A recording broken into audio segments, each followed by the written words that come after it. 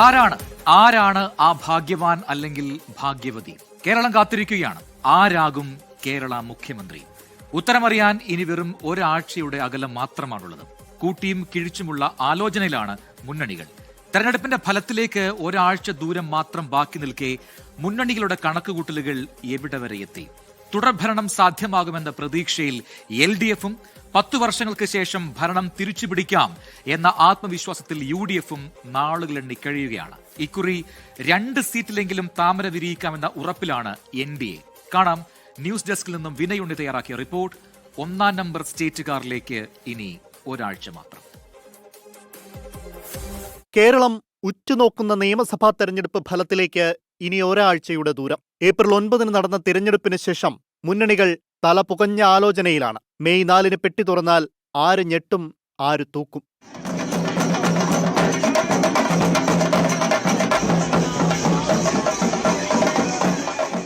മുഖ്യമന്ത്രി പിണറായി വിജയനെ മുന്നിൽ നിർത്തിയാണ് LDF ഇത്തവണ പോരാട്ടത്തിനിറങ്ങിയത്. തുടർഭരണം സാധ്യമാകുമെന്ന പ്രതീക്ഷയിലാണ് LDF.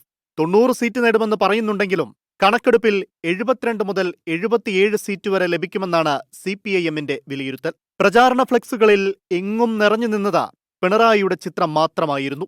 CPIM, CPI സംസ്ഥാന സെക്രട്ടറിമാരോ LDF കൺവീനറോ പോലുമില്ലാതെ പിണറായിയുടെ ചിത്രത്തിൽ മാത്രമൂന്നിയുള്ള പ്രചാരണ തന്ത്രമായിരുന്നു LDFന്റേത്.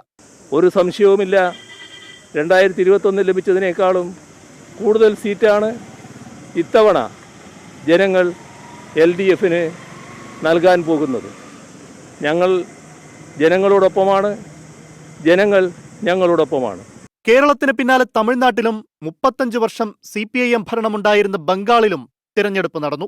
CPIM ഇവിടെ മത്സരിക്കുന്നുണ്ടെങ്കിലും സംസ്ഥാനത്ത് നിന്ന് ഒരു പ്രമുഖ നേതാവ് പോലും ഇവിടങ്ങളിൽ പ്രചാരണത്തിന് പോയിരുന്നില്ല. CPIM general secretary MA baby ഒഴിച്ച കേരളത്തിൽ നിന്നുള്ള ഒരു PB അംഗം പോലും ഈ സംസ്ഥാനങ്ങളിൽ പ്രചാരണ രംഗത്തെ മുഖമായിരുന്നില്ല. കേരളത്തിലെ തിരഞ്ഞെടുപ്പിന് പിന്നാലെ നേത്രചികിത്സയ്ക്ക് വിധേയനായ മുഖ്യമന്ത്രി വിശ്രമത്തിലാണ്. 10 വർഷത്തെ ഇടതുഭരണത്തിന് വിരാമമിട്ട് അധികാരം തിരിച്ചുപിടിക്കാൻ കഴിയുമെന്ന ആത്മവിശ്വാസം UDF ക്യാമ്പിൽ പ്രകടമാണ്. 100 സീറ്റുകളുമായി ടീം UDF അധികാരത്തിലെത്തുമെന്ന പ്രതിപക്ഷ നേതാവ് VD സതീശന്റെ ഉറപ്പ് പ്രവർത്തകരെ ആവേശത്തിലാക്കിയിരുന്നുവെന്നത് തീർച്ച. മികച്ച വിജയം നേടിയില്ലെങ്കിൽ രാഷ്ട്രീയ വനവാസമെന്ന സതീശന്റെ പ്രഖ്യാപനവും വന്നതോടെ ആത്മവിശ്വാസത്തിന്റെ പരകോടിയിലേക്ക് UDF എത്തി. വോട്ടിംഗ് ശതമാനം ഉയർന്നതും UDFന്റെ ആത്മവിശ്വാസം വർദ്ധിപ്പിച്ചു. ഞാൻ കഴിഞ്ഞ ഒരു 30 വർഷത്തിനിടയിൽ കണ്ട UDFന്റെ പ്രവർത്തകരുടെയും നേതാക്കന്മാരുടെയും ഏറ്റവും മികച്ച തെരഞ്ഞെടുപ്പ് പ്രവർത്തനമായിട്ടാണ് ഞാനിതിനെ വിലയിരുത്തുന്നത്. ഉറപ്പായിട്ട് സംസ്ഥാനത്തൊട്ടാകെ UDF തരംഗമുണ്ട്. 5 ജില്ലകളിൽ ക്ലീൻ സ്വീപ്പാണ് എന്നാണ് ഞങ്ങളുടെ ഒരു പ്രതീക്ഷ. 43 സീറ്റ്. അവിടെ അത്രയും നല്ല പൊളിറ്റിക്കലായിട്ടുള്ള ബേസും സോഷ്യൽ ഇതും പിന്നെ ഇലക്ഷൻ വർക്കും ഒക്കെ ഞങ്ങൾ നന്നായി നടത്തി. ഞങ്ങൾ ടാർഗറ്റ് ചെയ്താണ് ഈ 5 ജില്ല. ഇതോടെയാണ് ഭരണം ലഭിക്കുമെന്ന പ്രതീക്ഷയിൽ മുഖ്യമന്ത്രി പദം സംബന്ധിച്ച അണിയറ നീക്കങ്ങൾ സജീവമായത്. ഒരു വേള പരസ്യമായ വിഴുപ്പലക്കലിലേക്കും സമൂഹമാധ്യമങ്ങളിലെ പൊങ്ങച്ചം പറച്ചിലിലേക്കും വരെ കോൺഗ്രസിലെ ജനാധിപത്യം കടന്നു.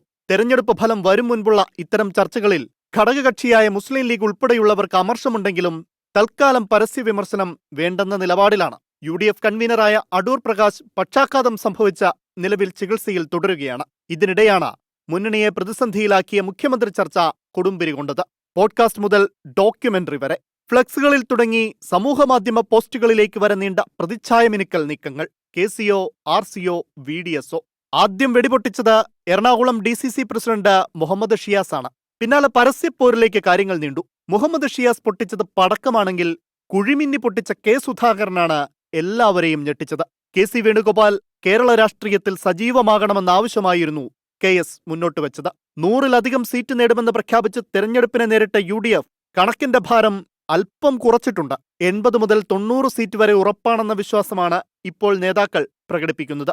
ചുരുങ്ങിയത് 81 സീറ്റ് ലഭിക്കുമെന്ന് തെരഞ്ഞെടുപ്പ് തന്ത്രജ്ഞൻ സുനിൽ കനകുലു ഹൈക്കമാൻഡിനെ അറിയിച്ചതാണ് കണക്കിലെ മറിമായത്തിന് കാരണമായത്. ഇത്തവണയെങ്കിലും അക്കൗണ്ട് തുറക്കാമെന്ന ആത്മവിശ്വാസത്തിലാണ് NDA. നേമം, കഴക്കൂട്ടം മണ്ഡലങ്ങളിലാണ് ഏറ്റവും അധികം പ്രതീക്ഷ. ശക്തമായ മത്സരം നടന്ന പാലക്കാട് അവസാന ലാപ്പിൽ UDF മുന്നിൽ കയറിയെന്ന ആശങ്ക BJPക്കുണ്ട്.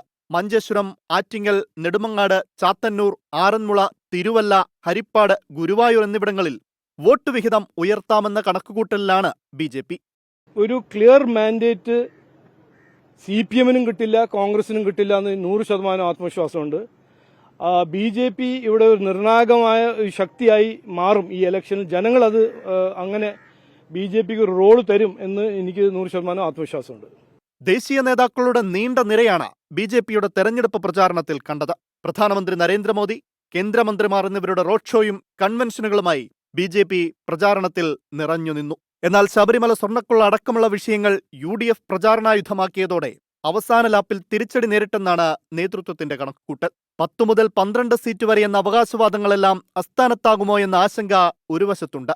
എന്നാൽ 2020യുടെ കടന്നുവരവ് എറണാകുളം ജില്ലയിൽ ഉൾപ്പെടെ വലിയ മാറ്റത്തിന് വഴിയൊരുക്കുമെന്ന് NDA കരുതുന്നു. Research desk 24. പൊതുജനം കഴുതയല്ല സാർ.